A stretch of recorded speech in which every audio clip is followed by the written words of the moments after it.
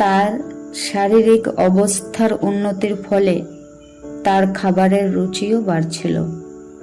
প্রতিদিন সকালে তিনি আমাকে বলতেন তিনি দুপুরবেলা কি খাবেন। এমনকি মাঝে মাঝে তিনি আমাকে কিভাবে রান্না করতে হয় তাও বলে দিতেন।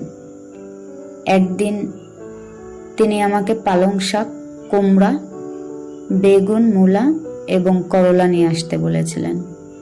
শ্রীল প্রভুপাদের রান্নাঘরে সেই সবজিগুলো ছিল না, তাই আমি ভক্তদের জন্য যেখানে রান্না হতো সেখানে গিয়ে জিজ্ঞাসা করেছিলাম সেই সবজিগুলো সেখানে আছে কিনা। তখন আমাকে মনে করিয়ে দেয়া হয়েছিল যে সেটা ছিল চাতুর্মাসের প্রথম মাস এবং সেই সময় পালং শাক ছিল বর্জনীয়। আমি সে কথা গিয়ে শ্রীল প্রভুপাদকে বলেছিলাম। সকলেই কি চাতুর্মাস্য পালন করছে? শ্রীল প্রভুপাদ জিজ্ঞাসা করেছিলেন।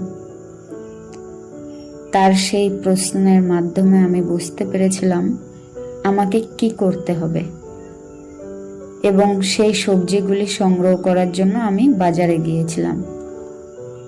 বাজার থেকে ফিরে এসে যখন আমি শ্রীল প্রভুপাদকে বলেছিলাম যে সে সমস্ত সবজিগুলি আমি নিয়ে এসেছি, তখন তিনি আমাকে জিজ্ঞাসা করেছিলেন আমি কি কি এনেছি। আমি বলতে শুরু করেছিলাম পালং শাক, বেগুন, মূলা, কুমড়া। তখন আমার মনে পড়েছিল যে আমি করলা আনতে ভুলে গিয়েছি। সে কথা তখন আমি শ্রীল প্রভুপাদকে বলতে চাইনি। আমি ভেবেছিলাম কাউকে বাজারে পাঠিয়ে করলাটা আনিয়ে নেব। তাই আমি বলেছিলাম আর করলা? তিনি তখন বলেছিলেন সেগুলি নিয়ে এসো। গেস্ট হাউসের কর্মচারী কিষান আমার জন্য মাঝে মাঝে বাজার করে আনতো। তাই আমি সোজা তার কাছে ছুটে গিয়ে বলেছিলাম এক্ষুনি একটা সাইকেল নিয়ে সে যেন বাজার থেকে কিছু করলা নিয়ে আসেন। তার প্রতীক্ষায় আমি উৎকণ্ঠিতভাবে মন্দিরের গেটের সামনে দাঁড়িয়েছিলাম। কিছুক্ষণ পরে সে এসে বলেছিল যে বাজারে কোথাও করলা নেই। শ্রীল প্রভুপাদের কাছে মিথ্যা কথা বলার জন্য আমি এমনিতেই খুব অনুতপ্ত বোধ করছিলাম।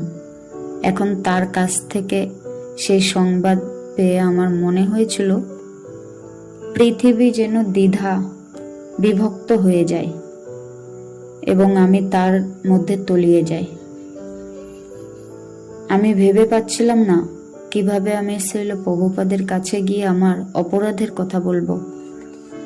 শ্রীকৃষ্ণকে ডাকতে ডাকতে আমি শ্রীল প্রভুপাদের রান্নাঘরের দিকে ফিরে যাচ্ছিলাম।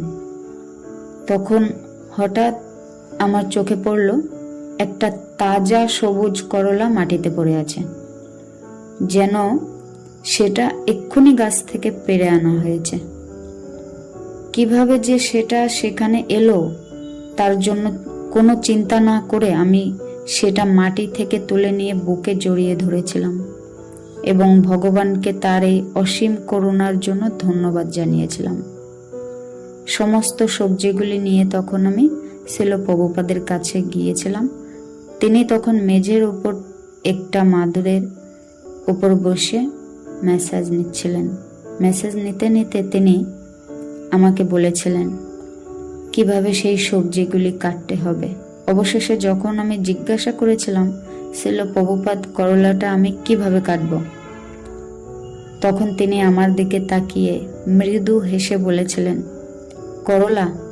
তিনি যেভাবে সে কথাটি উচ্চারণ করেছিলেন তা থেকে আমি বুঝতে পেরেছিলাম কি যে হয়েছে তা তিনি সব জানেন।